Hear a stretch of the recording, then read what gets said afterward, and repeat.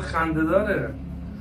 بعد میگیم پدرامون قبلا میگفتن 1 قرون میدادیم فلان چیزو میخریدیم، الکی میگفتم. خرید یک سرویس ماسه 570,000 تومان. الان منت میذارن سر ما 8 میلیون تومان یه سرویس میدارن. ضربش گفت بیش از 10 برابره، تقریبا میشه گفت 16-17 برابر.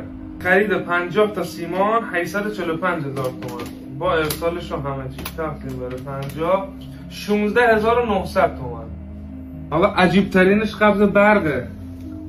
30 آذر قبض برق 1 ماه رو ما دادیم 132,000 تومان. الان بخوایم قبض برق رو بدیم برای اون ساختمون که حالا ساختمون جدید داریم 9 میلیون خورده، 80 برابر حداقل. ما داریم میخندیم به اجناس 10 برابر شده 20 برابر شده، 80 برابر قبض برق اومده. خواب بودیم این سالا.